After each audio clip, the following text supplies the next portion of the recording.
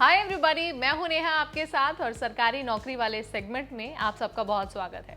I know हम बहुत दिनों बाद आपके सामने आए हैं, लेकिन जो वैकेंसी लेकर आए हैं ना, उसके बारे में अगर आप सुनेंगे ना तो आप खुश हो जाएंगे। जी हाँ, मैं बात कर रही हूँ इंडियन रेलवे की पैरामेडिकल कैटेगरी की वैकेंसी के बारे में।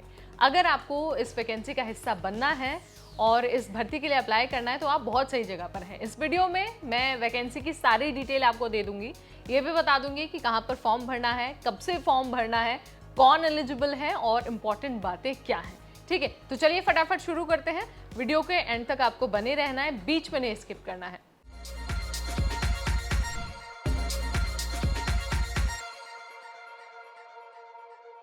आरआरबी यानी कि रेलवे रिक्रूटमेंट बोर्ड ने पैरामेडिकल कैटेगरीज यानी कि जो डाइटिशियन है, नर्सिंग सुपरिटेंडेंट है या फिर क्लिनिकल साइकोलॉजिस्ट हैं, ऐसे पदों पर ना बहुत सारी भर्ती निकाली है। बहुत सारी भर्ती यानी कि करीब 1400 पोस्ट। अगर आपको इसका हिस्सा बनना है तो ऑफिशियल वेबसाइट पर जाकर आपको फॉर्म भर देना होगा। उससे पहले मैं आपको जो ज़रूरी तारीख है ना उसके बारे में बता देती हूँ। तो देखिए, जो आवेदन की प्रक्रिया है, जो एप्लीकेशन का प्रोसेस है, वो 17 अगस्त से शुरू होने वाला है और आपको 16 सितंबर तक का टाइम मिलेगा।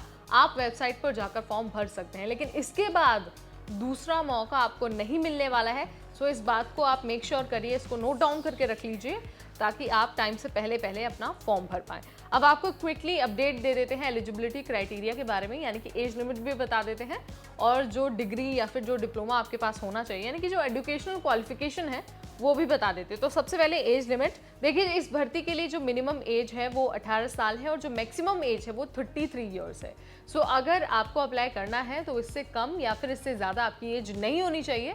बट हाँ, अगर आप रिजर्व कैटेगरी से बिलोंग करते हैं ना तो आपको रूल्स के अकॉर्डिंग उम्र सीमा में भी छूट मिलने वाली है। अब मैं आपको एजुकेशनल क्वालिफिकेशन बता देती हूँ, यानी कि क्या डिग्री, क्या डिप्लोमा या फिर क्या पोस्ट ग्रेजुएशन का सर्टिफिकेट आपके पास होना चाहिए।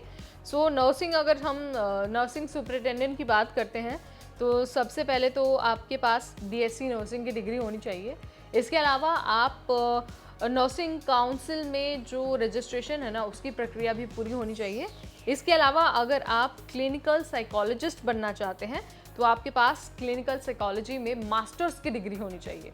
उसके अलावा अगर आप ईसीजी टेक्नीशियन बनना चाहते हैं तो आपके पास 10+2 यानी कि 12th का सर्टिफिकेट होना चाहिए। यानी कि हर कैटेगरी के लिए जो एजुकेशनल क्वालिफिकेशन है ना और जो एज लिमिट है वो अलग अलग है। अगर आप डिटेल नोटिफिकेशन को डाउनलोड करेंगे ना तो आप वहाँ पर देखेंगे कि वहाँ पर एज और जो एजुकेशनल क्वालिफिकेशन है सब कुछ मेंशन है। आप अपनी एलिजिबिलिटी के अनुसार अप्लाई कर सकते हैं और इस भर्ती का हिस्सा बन सकते हैं। अब मैं आपको एप्लीकेशन का जो प्रोसेस है ना वो थोड़ा सा बता देती हूँ, क्योंकि सरकारी नौकरी है और ऑनलाइन अगर एप्लीकेशन फॉर्म है तो फीस भी आपको देनी ही होगी, वो भी ऑनलाइन।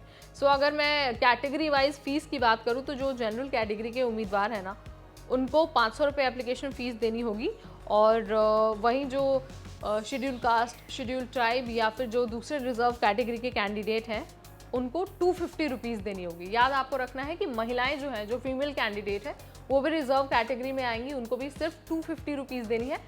जो रेस्ट कैंडिडेट्स हैं, जो जनरल वाले हैं, जो ओबीसी वाले हैं या फिर जो ईडब्ल्यूएस कैटेगरी वाले कैंडिडेट्स हैं, उनको 500 रुपीज़ एप्लीकेशन फ़ीस देनी होगी। फीस अगर आप नहीं भरते हैं तो आपका फॉर्म एक्सेप्टेड नहीं होगा। इस बात को आप नोट डाउन करके रख लीजिए। सो ये थी आरआरबी में पैरामेडिकल कैटेगरीज की भर्ती। करीब 1400 पद हैं। अगर आपको फॉर्म भरना है तो 17 तारीख से लिंक एक्टिव हो जाएगा। वेबसाइट पर जाकर आप अपना फॉर्म भर पाएंगे। वैसे तो हमने कोशिश की है कि नोटिफिकेशन में जो भी ज़रूरी जानकारी है, जो भी इंपॉर्टेंट चीज़ें हैं वो आपको बता दें, लेकिन तब भी अगर आपको लगता है कि यार कुछ मिस हो गया या फिर कुछ नहीं समझ में आया है तो आप मुझे कमेंट के जरिए बता सकते हैं या फिर पूरा नोटिफिकेशन भी चेक कर सकते हैं, वहाँ पर भी सारी डिटेल लिखी हुई है। फिलहाल मुझे यानी नेहा को दीजिए इजाज़त। Keep watching NBT take care.